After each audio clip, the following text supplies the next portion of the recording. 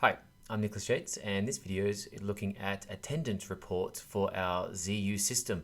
Now, from within Blackboard Learn, I'm in a course. It happens to be the CEI Online Teaching Resource Library, but it could be any course. Usually from within the Zoom tool, we can do many things. We can schedule everything like that.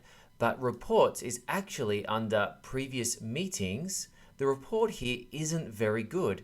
As you can see here, we've got a meeting report for this room, but on this day, there's a number of people coming in and out. Maybe they had to leave or have had a technical problem.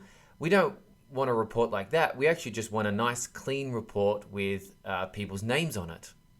So for this, we can go to zoom.us and sign in with your ZU ID so that you are signing into your ZU. On the left-hand side, we can go to reports. You get two different types of reports. I'll show you the attendance reports now. Under usage, you get all the sessions that you've hosted. You could even go back to a different day and look at all the sessions that you've hosted.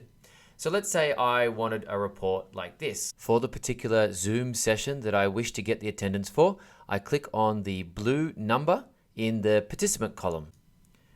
Then I can have a look at the data, but still participants have two names because maybe they entered and then left and then came back. Also, another reason there's two names, it's showing who was in the waiting room and for how long. So what we want to do is to show unique users, and therefore it collapses all unique users data into one slot only. You can export meeting data as well if you wish.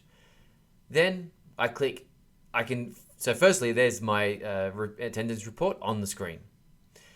However, if I wish, I can export it as a CSV file and open it with Excel. Now I have my list of faculty, one by one, no duplicates, their email, and the total duration that they were within the room. So now you know how to get all attendance reports from your Zoom sessions.